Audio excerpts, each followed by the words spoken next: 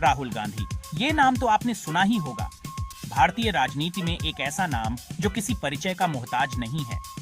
नेहरू गांधी परिवार ने भारतीय राजनीति को दशकों तक प्रभावित किया है। नेहरू गांधी खानदान में जन्मे राहुल गांधी के लिए राजनीति ही उनकी किस्मत में लिखी हुई थी। उनके परदादा जवाहरलाल नेहरू आजाद भारत के पहले प्रधानमंत्री थे। उनकी दादी इंदिरा गांधी और पिता राजीव गांधी दोनों ने देश का सबसे बड़ा पद संभाला था। उन्होंने सबसे पहले 2004 में चुनाव लड़ा और लोकसभा में सीट जीती। यहीं से उनके राजनीतिक सफर की शुरुआत हुई। सबके मन में यही सवाल था, क्या वो भी अपने पूर्वजों की तरह प्रधानमंत्री बन पाएंगे?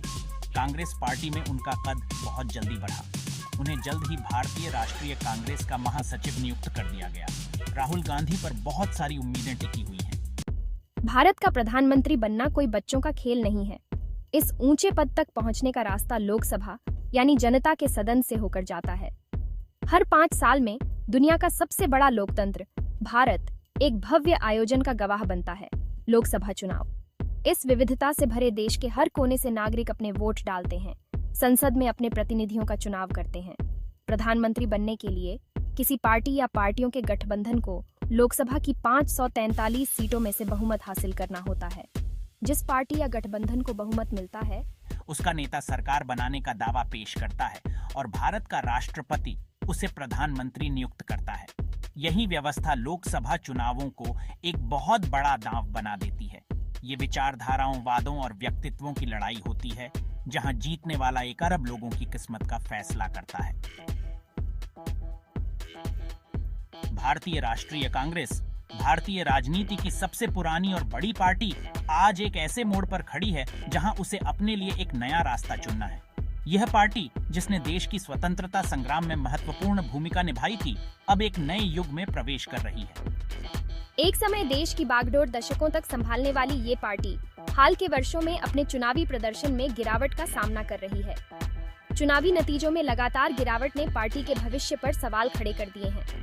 कांग्रेस, जो कभी भारत की आजादी की लड़ाई और विकास के शुरुआती दशकों का पर्याय मानी जाती थी, आज वोटरों की नई पीढ़ी से जुड़ने के लिए संघर्ष कर रही है। युवा मतदाताओं के साथ संवाद स्थापित करना पार्टी के लिए एक बड़ी चुनौती बन गया है। पिछले 2 लोकसभा चुनावों में पार्टी का प्रदर्शन बेहद निराशाजनक रहा है। इन नतीजों ने पार्टी के भीतर और बाहर दोनों जगह निराशा फैलाई है। राहुल गांधी एक ऐसा नाम जो भारतीय राजनीति में हमेशा चर्चा का विषय रहा है। उनके समर्थक और आलोचक दोनों ही उनके बारे में अपनी अपनी राय रखते हैं। जहां उनके समर्थक उन्हें उम्मीद और बदलाव के प्रतीक के रूप में देखते हैं, वहीं उनके आलोचक उनकी राजनीतिक समझ पर सवाल उठाते हैं। आलोचक अक्सर उनकी लोगों से जुड़ने की क्षमता पर भी सवाल उठाते हैं। उनकी छवि एक ऐसे नेता की रही है जो शायद राजनीति में आना ही नहीं चाहता था। ये छवि उनके राजनीतिक सफर में हमेशा से एक बाधा रही है। राहुल गांधी के सामने चुनौती है कि वो अपनी इस छवि को बदलें और खुद को एक ऐसे नेता के रूप में पेश करें जो 1 अरब भारतीयों की आकांक्षाओं को समझता है। अगर वो इस चुनौती को पार कर पाते हैं, तो शायद वो भारत के अगले प्रधानमंत्री बन सकते हैं।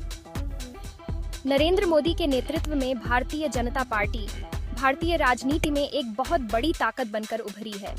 बीजेपी की सफलता के पीछे कई कारण हैं, जिनमें उसका मजबूत संगठन, राष्ट्रवादी मुद्दों पर वोटरों को लामबंद करने की क्षमता और मोदी का करिश्मा शामिल है।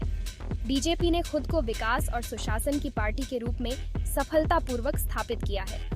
इसने हिंदू राष्ट्रवाद की भावना को भी भुनाया है और उन वोटरों को अपनी ओर आकर्षित किया है जो कांग्रेस को अल्पसंख्यक समुदायों के प्रति बहुत ज्यादा नरम मानते हैं। बीजेपी की चुनावी सफलता ने राहुल गांधी के प्रधानमंत्री बनने की राह में सबसे बड़ी बाधा खड़ी कर दी है।